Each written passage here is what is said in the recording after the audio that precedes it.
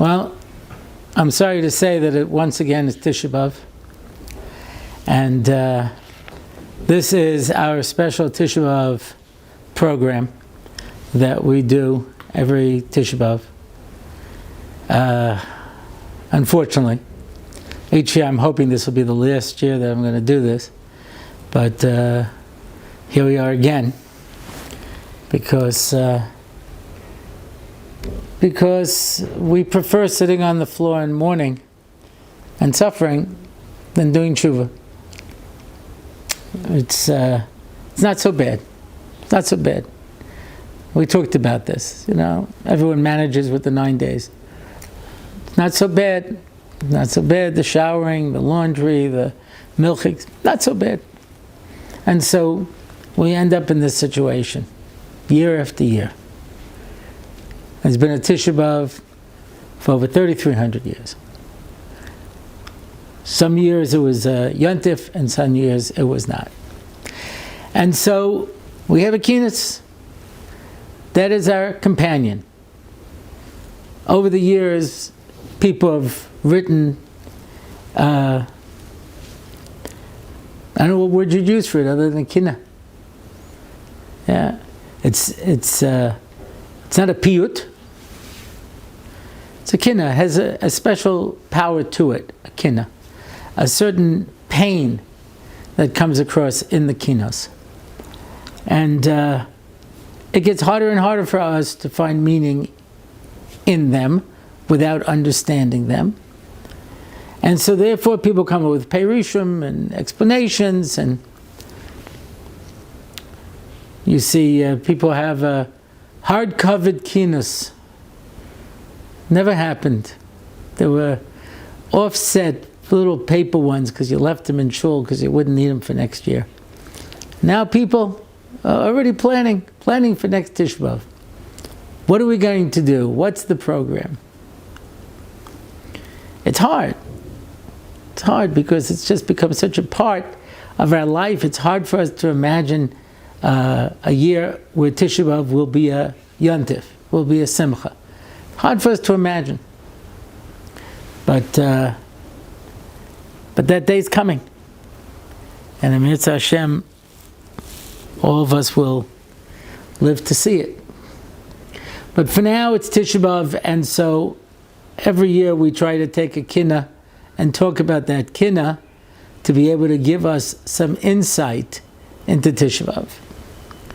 And so I want to take a tragic story that is captured in my kina, it's number Chaf Aleph, Arazei Levanon, which of course is the story of the Asura Haruge Malchus, the 10 tzaddikim who were killed by the king and slaughtered. And we say a kina on it on Yom Kippur as well. It's one of the central kinos that we say on these special days, because it was an event like no other. And the Medrash tells a story. The Medrash Asura Haruge Malchus. Kishabara Kadosh Baruch Hu as a ilanos gavru v'gavru v'gadlo ad ma'od. When Hashem made the trees, they grew very high. V'samchu simcha gedayla, and they were very happy. Kevin Shabara Kadosh Baruch Hu as a barazel na'atzvu. When Hashem made the metal, they were sad. V'amru oilanu Shabara Kadosh Baruch Hu barazel hakotzeitz osanu, which is going to chop us down. Chazu v'amru lo nitain lebarazel eitz lebeis yad la yuchel lekotzeitz b'nai. If we didn't give from our tree the wood to make a handle, they couldn't chop us down. And we provided the weapon for our own destruction. V'chein Yisrael ilmolei shalamdu lekeser Torah lahiyabam l'dekach. If they hadn't taught Torah to the Caesar, this never would have happened. One time the Caesar was learning Torah. Umatza kana kasuv. And he saw that it was written, Vagonev isha mochrei. If you kidnap somebody, you get killed. V'halach v'tacha bayis kulu b'na'olim. And he filled the whole house with shoes. V'sholach acher Rabbi Shimon Gamliel v'chaverav. He sent for Rabbi Shimon Gamliel and his friends, v'amar lehem, Mi shaganav ish mibnei Yisrael v'halach mochrei. Ma dinai. What's the punishment for someone who kidnaps? Amalo chayiv misa. Death. Amalehem emken atam chayiv misa. Kiblu al atzmachem dim shamayim. In that case, you deserve death. Accepted upon you the judgment of heaven. Amrilo lama. Amalehem b'shvil ache Yosef shemachru as Yosef. Because of the brothers of Yosef who sold him into slavery. Uksiv al machram bekesev tzadik ve'evyon ba'avo na'aloyim. And the pasuk says they sold him for shoes. Pasuk in Amos. Ulechein tachaisai Rasha as habayis b'manalim. That's why they filled his palace with shoes. Okay. And the story goes, Amar lahem, im hayu ache Yosef hayom b'chayim hayisi tov sam v'oseh behem din. If they were alive, I would kill them. Achshav she'enu b'chayim eseh b'chem din she'atem shkulim ka'ache Yosef v'mechirasai. You are as great as the 10 shvatim who sold Yosef. Amar lo, ten lanu zman shlosha yamim. Ad shenoda im gezerah zu ba'am min hashamayim nekabu alav din shamayim. Give us 3 days to see if this was from Hashem. And they all gathered together, Rabbi Shimon ben Gamliel, Rabbi Yishmael ben Elisha, Kohen Gadol, Rabbi Akiva ben Yosef, Rabbi Yehuda ben Baba, Chanina ben Tradian, Rabbi Yishavev HaSofer, Rabbi Elazar ben Dema, Rabbi Chanina ben Hachinai, Rabbi Chutzpis Matargaman, Rabbi Elazar ben Shemua. And these are the Asera Haruge Malchus. And Rabbi Shmuel Kohen Gadol goes up to Shemayim, and they said to him, this has been decreed. Mekabel it. And you're going to die. That's the story. And that is the story of how it is described in the kinos.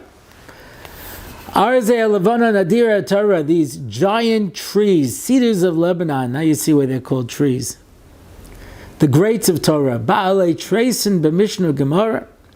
They did battle, Mishnah Gemara. Gibori Koach Amaleha b'Tahara. Everything they did, they were powerful and did it with purity. Damam Nishbach v'Nosha Gevura Chinam Kedoshe Aruge Malchus Asar V'Ela Nibachia Ve'ene Nigra. And because of them, my eyes are filled with tears. Zos bezachri ezak b'mora, I cry out in pain. Chemdas Yisrael klei hakodesh nezav ha'atorah, the kalim, the crowns, tahira leiv kedoshim mesa b'misa chamura, all of these pure of heart died with terrible death. Yadu gara mirishon l'chera brura, they did a gara who would die first. Kinafel gara Rabbi Shimon, the Goyrel came out first on Rabbi Shimon Gamliel. Pashat Savaro Ubacha Kegzera Gzara. It came out on Rabbi Shimon Gamliel and he stretched out his neck. Rabbi Shimon Chaza Hegman Lahargo Benefesh Netzura Mizara Aaron Shalba Vakoshas Livkas Abena Gevira. They chopped off his head and Rabbi Shmuel asked to cry on him. Nota Rosho, Nosa Akav Menorah Tahira. He put himself on his pure menorah. Some Einav Piv al Piv Biava Gemura. He put his eyes on the dead head's eyes and his lips on his lips. Anava Amar, and he opened and said, these lips which spoke Torah got this terrible death. Tziva la'avshid is Rosho b'tara haschira, kiyam ba'oro amru l'navshech shechiv na'avoro. Rosha aposhet eis higia l'makam tefillin mitzvahs bara, shma tza'akav v'zadeya olam ve'eretz his parara. When Rabbi Yishmael was going to die, the Caesar's daughter wanted to save him, and they said, no, but we'll give you his face. And so they flayed the skin off of his head. He was silent until it reached the place of his tefillin. And then he cried out, and the whole world shook. Tamot chus l'doros kol Hashem b'hadorah. Their chus should remain for us for generations. Then they took out Rabbi Akiva, who with his genius, it was like he took two mountains and ground them together. And they ripped off his skin with combs of barzel. When his soul went out on the word echad as he was saying Shema, Ashrecha Rabbi Akiva, Gufach Taha B'chol Minei Tahara. Happy are you, Rabbi Akiva, that you return your body in purity. Ben Baba Rabbi Yehuda Acharav Heviu Shivron Levi Azhara. Menerag Ben Shivim Shana B'Yidei Arura. He was 70 years old. Yosh B'Tanas Hayanaki V'Chaseb B'Malachta L'Mahara. He died fasting. Rabbi Chanina Ben Trajan Acharav Mako Kihilas B'Tzion Shara. Rabbi Chanina Ben Trajan, who gathered together masses to teach them. Yoshev V'Doresh V'Sefer Torah Imo. He darshaned with a Sefer Torah. V'Hikifu B'Chavlei Zmora. They took him and his Sefer Torah, and they made sticks around him to burn him at the stake. As the Artzizu Behem Ukrachuhu B'Sefer Torah, and the flames were destroying him in the Torah. Svugin shel tzemar nichu alibo shelo yomos mehera, and they put piles of wet wool on his heart that he shouldn't die quickly, that he should suffer. Chosid Rabbi Yeshever v'Soifa haraguhu al Amoira. They killed him. Zraku v'shlichu leklavim v'lohukba kfura. They threw him to the dogs, and he wasn't even yotzei to have a burial. Yotza Baskol alav shelo yiniach klum mitaras Moshe l'shamro. A Baskol came out and said, Ashrei Rabbi Yeshavev, that there was nothing of Torah that he left unlearned. V'ach Rabbi Elazar ben Dama al mitzvahs tefillin yeshara, v'achar Rabbi Chanina ben Hachinai, v'achar Rabbi Chutzpis b'yom Evra, a terrible day, Ofa parech nisraf behevel piv kimadura. The birds would burn up from the words of Torah that he would learn. Tzaddik Rabbi Elazar ben Shemua be'achrona neherag be'madkera. They stabbed him. Yom Erev Shabbos hayizman kiddush v'yakadesh v'yikra. He was makadesh the Shabbos. Cherev shafu alav lo hinichu b'chaim l'goimra yotza nishmashal b'bar l'kim yotza b'tzat tzura. So he died going into Shabbos. Kahena ukahena hosifu b'nei avla la'anos b'ga'ara, and one after another they killed them. B'ski sreifa hereg v'cheneg miyuchal sha'ara. How many of us have been killed by stoning and burning, by the sword and by strangulation? No seres meno yochlu arayis sepzura. Those that were left were eaten by lions. Chazeh atnufa v'shokat truma tarfu ariya v'akfira. The parts of the korbanos were eaten up. Yeitiv Hashem v'lo Yosef od liyasra. Kodesh Baruch Hu, do good to us and don't make us suffer anymore. Ametz birkayim koshos chelik Yaakov v'Moshiach be'es tzara. Save us.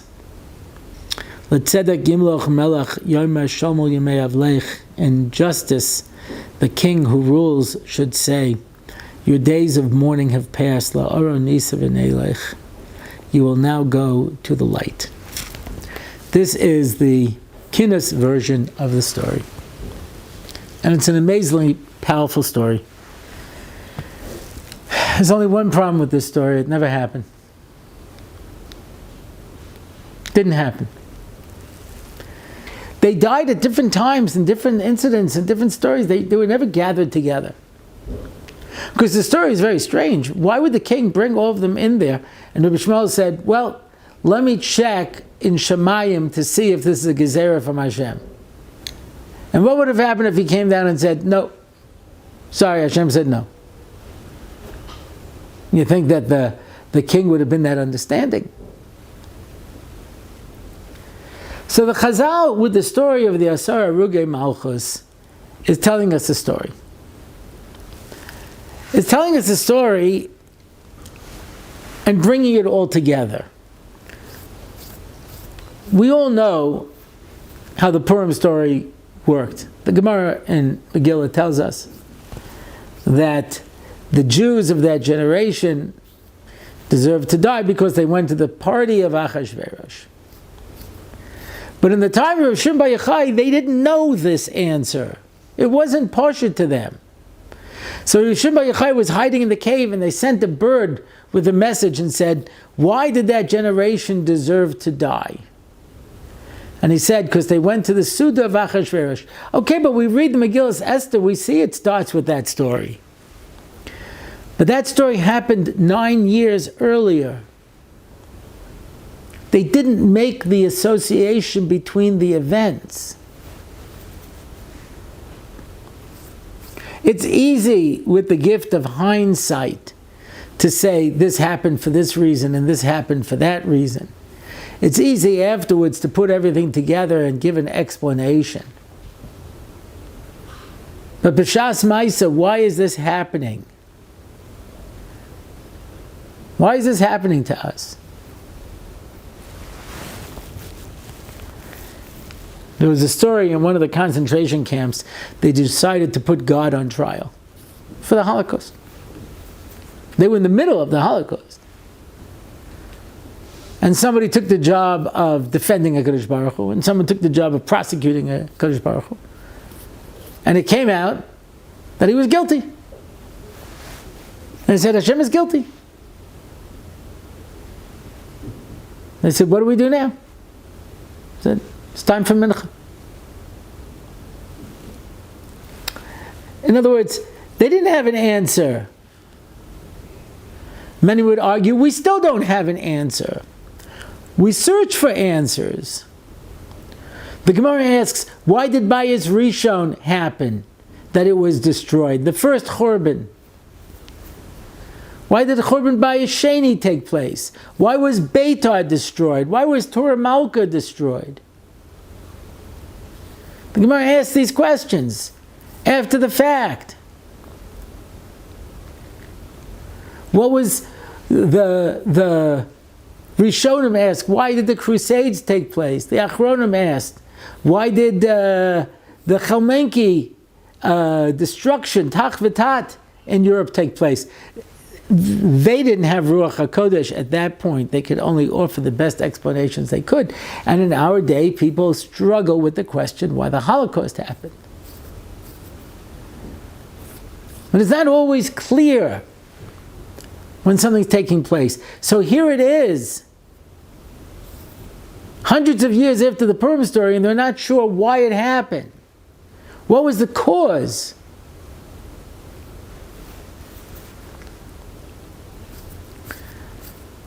So they know that these 10 tzaddikim were murdered by the Romans, not at the same time, and not for the same reason. But the Chachamim saw a pattern where other people didn't see a pattern. Like Shimon bar Yochai told them, you know when they went to that party 9 years ago? That was sitting and waiting for them 9 years later when Haman came to power. But they didn't see it. And very often it's hard to see a pattern. Something happens here and something happens there. And it takes the eyes of Chazal to understand what was happening. And the Chazal said, all 10 of these deaths, though they happen at different times and for different reasons, were all united by one central cause. And so they wrote the story of the Haruge Malchus as if they went to a king and the king told them this, and they went up to Shemayim, they found the Gezerah in Shemayim. But that's not what actually happened. But it's there to teach us that there's a connection between events even when we don't understand them. And that's very important for us to know. Nothing happens for no reason.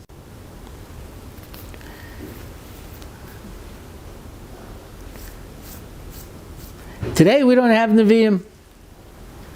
So the best we can do is go to our Chachamim and try to understand why. But anyone who can tell you we know why the massacre on Shmini Atzeres took place, if you're claiming that you have Nevuah, well, unfortunately, Chazal tell us who has Nevuah today. Not normal people. But the Chachamim are in the place of the Nevi'im. That's what the Anshe Knesset Gedola taught us, that there was a transition, because the Anshe Knesset Gedola were made up, the men of the Great Assembly, of Nevi'im and Chachamim, and we made that transition from Nevi'im to Chachamim. And the Chachamim are able, on some level, to give us insight into these things. Can they say for sure why it happened? They can't say for sure. The Chazal can. But when the Rishonim struggled with the Crusades, and the Achronim struggled with Tach V'Tat, and we struggled with the Holocaust, and with Shmini Atzeres, and with Lag BaOmer, the best we can do is try to come up with understanding, to try to make sense, to try to connect the dots. But the Chazal saw these 10 deaths and said, this was not random. They were there for Mechiras Yosef.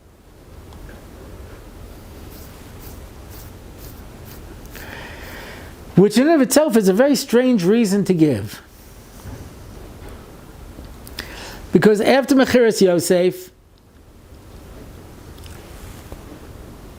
we went down to Mitzrayim for 210 years. And then we were in the Midbar for 40 years. And then Bayis Rishon lasted for 850 years. And then we were in Golus for 70 years. Now Churban Bayis Sheni took place after 420 years. And after all that time, you decided now is the time to collect on Mechiras Yosef? It seems a little strange. There wasn't another moment in history where there were 10 tzaddikim who were as great as the Shvatim that you could have settled this score? It had to take place now? And if you read the Medrash of the Asar Ruge Malchus, you'll see in the kinos we mentioned, this one died Erev Shabbos going to Shabbos. This one was killed on Yom Kippur. Which is another way of knowing that it didn't all happen at the same time. Rabbi Akiva was 120 years old. This one was 90. This one was 70. So there seems to be this common denominator. They were all very old when they were killed. And they died going into Shabbos. They died going into Yom Kippur. They died saying Kriya Shema. Rabbi Akiva is not the only one, the Medrash says, who died saying Kriya Shema. There was something very unusual about all of their deaths that gave the Chazal insight that this is all connected. Why? Why now Mechiras Yosef?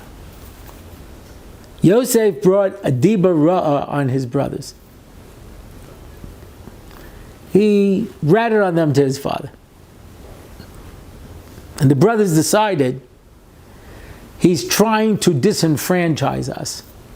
Just like Esav wanted to take the brachas and everything that Klal Yisrael stood for away from Yaakov, Yosef was trying to do the same thing to Klal Yisrael. And he wanted to make himself the only one who was going to be left and have the other 10 dealt out. That's why they thought he was a Rodef. They thought he was making this grand plan to get their father to turn against them, to fool their father with all of his tricks, the way Esav fooled Yitzchak. Yosef's fooling Yaakov, and they believed their father was being fooled. That's why they felt they were in the clear fooling Yaakov and pretending that Yosef had been killed and taking the Kesonis Pasim and putting it in blood to fool Yaakov, just like Yaakov had fooled Yitzchak. Because what can you do? We're saving Klal Yisrael. They were sure that Yosef's intentions were bad, but they weren't.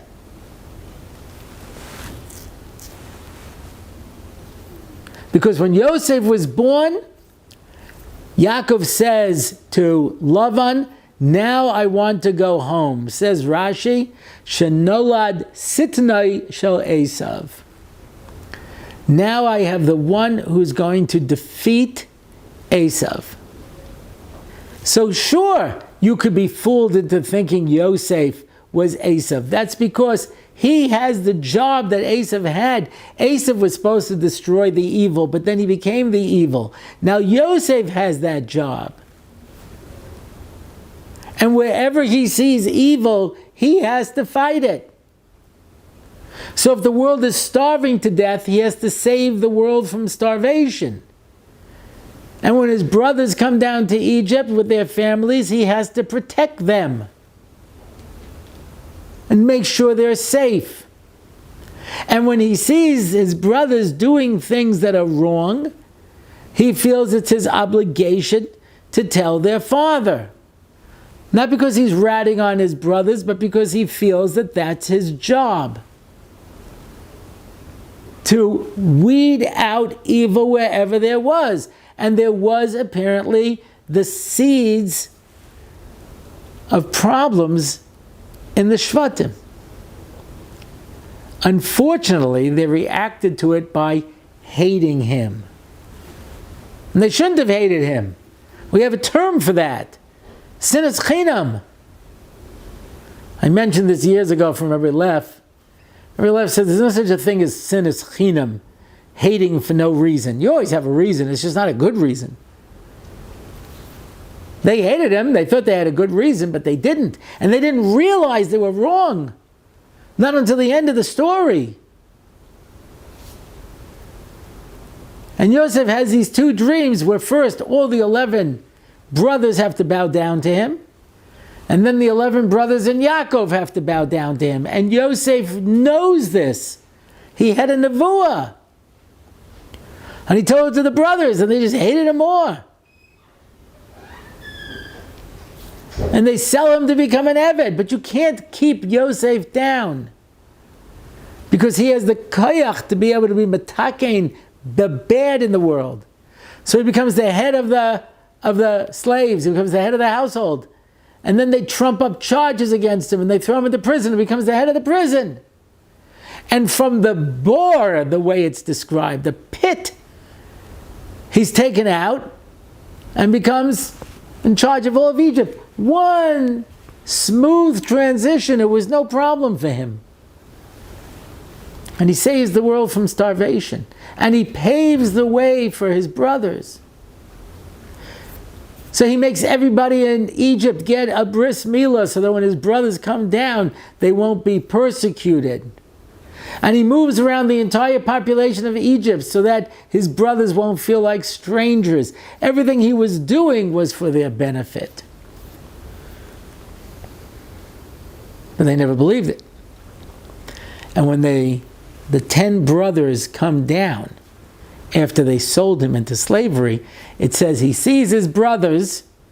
It doesn't say, and he remembers how they threw him in the pit. He sees his brothers, and it doesn't say they remember how they sold him into slavery. He sees his brothers and he remembers the dreams, and now he understands. I am the vehicle of tikkun, of what's bad, and there's bad in Klal Yisrael.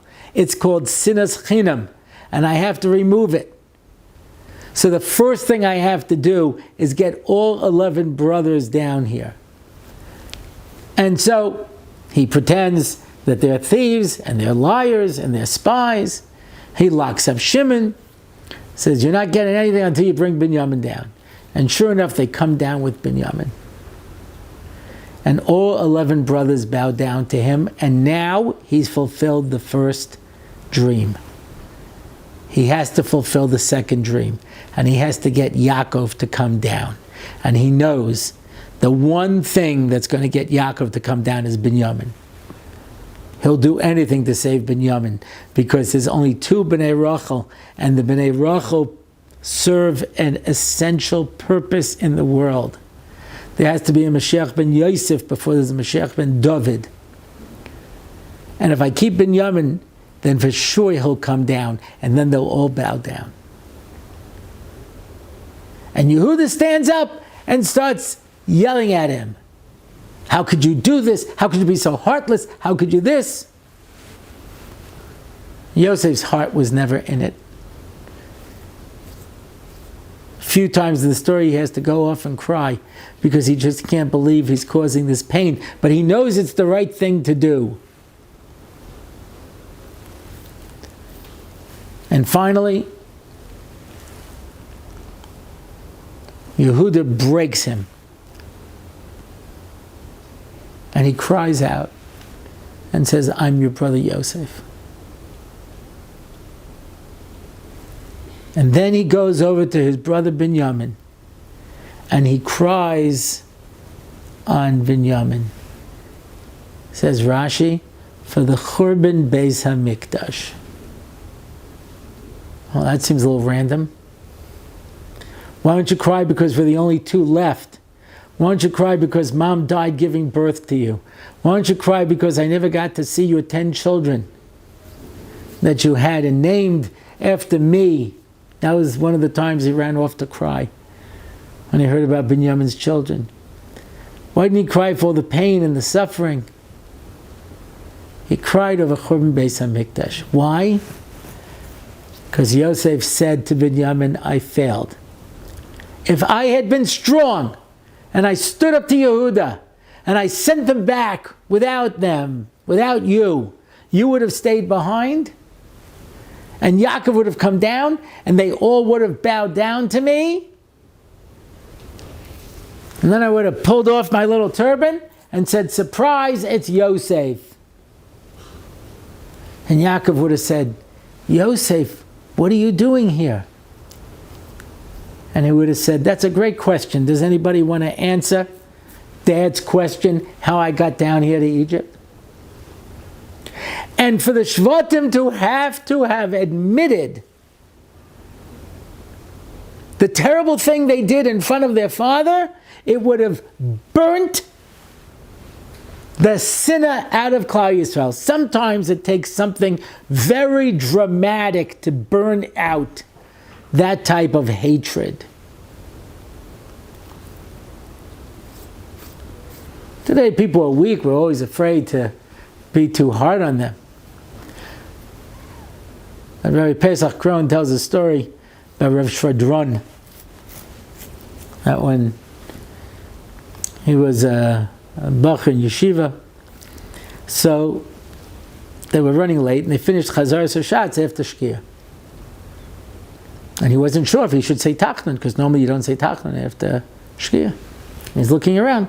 Rav Shvadron was sitting up front, and it seemed to him pretty pashut, so he says, Kaddish. So he says Kaddish. At the end of davening, the Mashkiach Leib Chasman gives a clap on the bima and says, I'm going to ask all the Rosh Yeshiva to please leave the Mizrach wall because we have a new Rosh Yeshiva. Shalom Shadron, he paskins all the shilas in the yeshiva. Shalom Shadron said, I froze. He says, I wonder if I could ask the new Rosh Yeshiva to bring me a Mishnah Berurah Chelik Beis. And he says, I don't know how my feet moved. I went and I brought him the Sefer, and he opens up and he reads that you don't say Tachnun after Shkia, but if you're running late, like on a Tainus, then you can. So Rav Shadron said, I went back to my apartment, I got into bed, I pulled the cover over my head. I didn't come out for 2 days. And then a bacher came and said, the mashgiach wants to see you. And he said, I didn't know if I was more afraid to go or not to go, and I decided I was more afraid not to go. And I come in there and I'm so humiliated. And the mashgiach looks at me and says, you know why I did what I did? I'll get your Gemara and sit down. Listen to what Shadron says. Like a surgeon, he stuck in a knife and cut out half my gaiva. I'm just sorry he left the other half there. Because sometimes it takes something very desperate to make an impression on us. There's a fellow that I met, but I never heard his story. Noach Weinberg tells over his story. I just knew this guy was a quadriplegic. He was in a wheelchair. People used to go to him for Shabbos. What's his story? He was on the University of Chicago. Tall, good-looking, athletic fellow with top grades. He had his whole life ahead of him. And a black militant came onto campus and wanted to shoot a white guy at random and chose him. And the bullet lodged in his spine and he became a quadriplegic. He couldn't move his body from the neck down. And he tells the story as I was lying in the hospital bed and I said, my life is over. You know, here I thought I was going to be popular, I was going to be social, I was going to be rich, now I have to be in sports, now I have nothing. Can't scratch my own nose. Why am I alive? And he stops and he says, you realize I never asked that question, why am I alive? And I probably never would have asked my question, why am I alive, unless something really dramatic happened to me. And then he would look at the person he was talking to and I said to myself, it's a good thing I was shot. If Yosef had stayed strong and would have forced the Shvatim to admit to Yaakov what they had done, it would have been so traumatic, it would have burnt the sinas chinim out of Klal Yisrael. But it didn't. And you see it at the end of the story. When they're coming back from burying Yaakov, the brothers say, Dad said you shouldn't do anything to us because we sold you into slavery and that you should forgive us. That's what Dad said before he died. And Yosef said, no, he didn't. And they said, how do you know? He said, because I never told him. My beloved father, I saw him when he first came down to Egypt. I loved my father more than everything in this world, but I avoided him for the next 17 years. I never went to visit him. I never went to talk to him. I kept myself busy because I was afraid, what would I do if he asked me, how did I get down to Egypt? And I didn't want to lie to him. So I missed seeing my father for those 17 years, just so that I wouldn't embarrass you.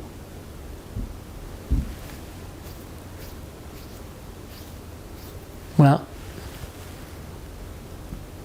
the Shvatim lied because they were sure that Yosef hated him. And he said, you think I hate you because you hate me. I never hated you. Not for anything you did to me.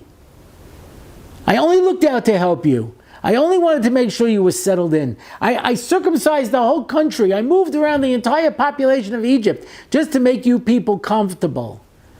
I never hated you. Everything I did was only done out of love. But because you still hate me, you assume that I hate you. That's the sinas chinim. And it lay dormant in Klal Yisrael for 210 years in Egypt, and 40 years in the Midbar, and 850 years of Bayis Rishon, and 70 years of Gullus, and 420 years of Bayis Sheni. And once the second base of Mikdash was destroyed because of this sinas chinim, which had never gone away, We say it every morning in davening. L'cha Hashem ha'gedula v'ha'gvura v'ha'tiferes v'ha'netzach v'ha'hod kikol b'shamayim v'ha'aretz. L'cha Hashem ha'melucha. These are the 7 spheres. Chesed, Gvura, Tiferes, Netzach, Hod, Yesod, and Malchus. And they represent 7 historical characters. Avraham is Chesed, Yitzchak is Gvura, Yaakov is Tiferes, Moshe is Netzach, Aaron is Hod, Yosef is Yesod, and Dovid is, of course, Malchus. L'cha Hashem ha'gedula, right? Gedula is Chesed. Yeah, Hakel ha'gadol ha'gibor v'hanora is the first 3. L'cha Hashem ha'gedula v'ha'gvura v'ha'tiferes v'ha'netzach v'ha'hod. And how is Yosef described? Chol b'shamayim v'ha'aretz. That which brings together Shemayim v'Aretz, the Beis HaMikdash. Yaakov Avinu sees a ladder going up to Shemayim and coming down. He says, "There's Shar HaShemayim." That's the Mokom HaMikdash. Ma noira HaMokom Hazeh. Says the Baal Turim, Norah spelled backwards is Aron. Where the Aron is, that's where the Norah is, where Shemayim v'Aretz comes together. Yerushalayim ir shechubra ba yachdav. The upper Yerushalayim is attached to the lower Yerushalayim. When the Beis HaMikdash was destroyed, that connection was lost. Now more than any other time in history, we so keenly feel the loss of Yosef. With Churban first Beis HaMikdash, we knew in 70 years there'd be a second Beis HaMikdash. We knew how long the Golus would be. We were looking for it. We were waiting for it. But with the second Beis HaMikdash, we're still waiting. And so at that moment, when the Sinas Chinim destroyed the Beis HaMikdash, and HaKadosh Baruch Hu said, now it's time to collect on Mechiras Yosef, which laid the foundation for the Sinas Chinim and Klal Yisrael that haunts us to this day. The hatred that destroys us. So the Hamas said, when we saw Jews protesting in the streets against their government, when we saw Jews on Yom Kippur ripping down a mechitza of a minion in the street, when we saw all the hatred between the Jewish people, we knew we could attack. That's what they said. I'm not saying it. I'm saying if you want to know what the reason was for Shmini Atzeres that the Hamas said, and one of the hostages spoke and said, the Hamas were always watching the news to see if there were protests against the government and people fighting and arguing, because then they knew they should be strong. Because the Sinas Chinim of Klal Yisrael, Jews hating Jews. There was a Polish nobleman who converted to Judaism. He was known as the Ger Tzedek of Vilna, Avraham ben Avraham. Eventually he was discovered and turned over to the authorities to be killed. How did he become discovered? A Jew was angry at him because he told him to stop talking during davening. And this Jew was so upset that he decided to rat him out to the authorities and have him killed. That's the hatred. He went up in flames because of that hatred in Klal Yisrael. Pablo Cristiani was a Jew who converted to Christianity. He's the one who forced the debate with the Ramban. There were Jews who were communists who persecuted other Jews in Russia. This has gone on for centuries. The hatred. V'chol v'ashamayim uva'aretz. We read the Asar Harugei Malchus, and we read about these 10 tzaddikim. Rabbi Akiva, v'ahavta l'reyecha kamoicha zeh klal gadol b'Torah. The Torah is based on loving your neighbor as yourself. Rabbi Shmuel Kohen Gadol, the job of the Kohen Gadol was to be our shaliach to HaKadosh Baruch Hu, to go into the Kodesh HaKadoshim and make shalom, like Aaron, ben ish le'ishto, la'adam le'chavero, and between Yisrael and HaKadosh Baruch Hu. These were people who were willing to sacrifice themselves for Klal Yisrael.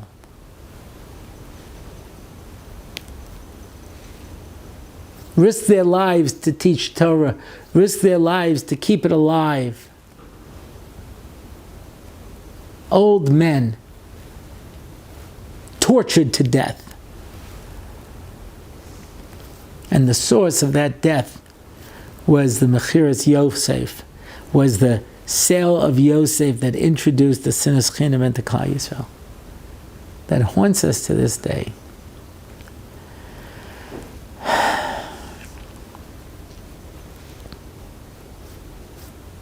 You know, Benjamin Franklin famously said, "Gentlemen, if we do not hang together, then we will surely hang separately." Senseless hatred is a luxury we cannot afford. I can't do anything about the outside world. I can't do anything about the nations of the world that hate us. And I can't do anything about the non-Torah observant community who hates us. But among ourselves, we can't have mutual respect. Don't get me wrong. Like Rabbi Orlofsky said, always a reason to hate somebody. Someone double parks and locks you in and you're stuck for 10 minutes. I once had to go to work and somebody parked in front of my driveway. I couldn't get out of my driveway to go to work for an hour.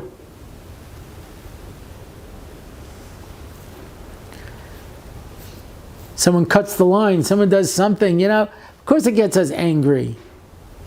Of course we're upset.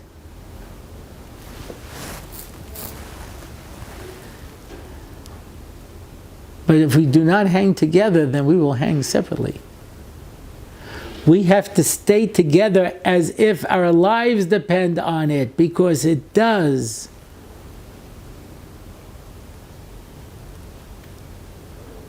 At Har Sinai, we were able to receive the Torah because Vayichad ha'am ke'ish echad b'lev echad, we became one. Says Reb Chaim Shmulevitz, we had a greater Kabbalah HaTorah in Purim. Why? Because our achdus was greater. Because we weren't just not fighting. We knew we were all going to die unless we stood together. How often do we see that? I saw it in 1967. Now, all the Jewish people all over the world believed that Israel was going to be destroyed. The whole country was 9 miles wide. How much does it take to destroy a nation 9 miles wide? The Golan Heights were considered unconquerable. Egypt had the largest air force in the Middle East. The Arab Legion was the best army in the entire Middle East. What could we do? Small little country. We came together because we really thought it was the end. Gentlemen, if we do not hang together, then we will surely hang separately. I hope and pray that this is the last Tisha B'av, where Tisha B'av is a tragedy. I'll be more than happy next Tisha B'av to film a podcast from the Beis HaMikdash. As a Kohen, I'll have the inside track. Yeah, we'll go in, we'll film, we'll talk about the Geula. No more death, no more sorrow, no more hunger, no more pain, no more illness, We won't have to go to the hospital and hold someone's hand as they die before our eyes. We won't have to see people getting thrown out of their houses because they can't pay their bills, or having their electricity shut off, or having stalkers deliver food packages to their house because they don't have food to eat. Or see kids getting thrown out of yeshiva and wandering the streets. Having people kill shidduchim for people and sit around and schmooze and say terrible things about each other. And the Rav gets up to speak and people are mumbling and making eye contact. And we know more of that. Ke'ish echad b'lev echad, like one person. Like the Yerushalmi says, you know what it means, Kol Yisrael Revim Zelazeh? That if you're cutting a piece of meat with your right hand and you accidentally cut your left hand doesn't grab the knife and cut your right hand back. Because we understand that we're one person, we're one body. And Amir Hashem, if we can overcome this hump and finally be a tikkun for the sinas chinam that these 10 tzaddikim, tahirim, and kadoshim died for, then maybe this can be the last Tisha B'av of tragedy. We should all have a nechama.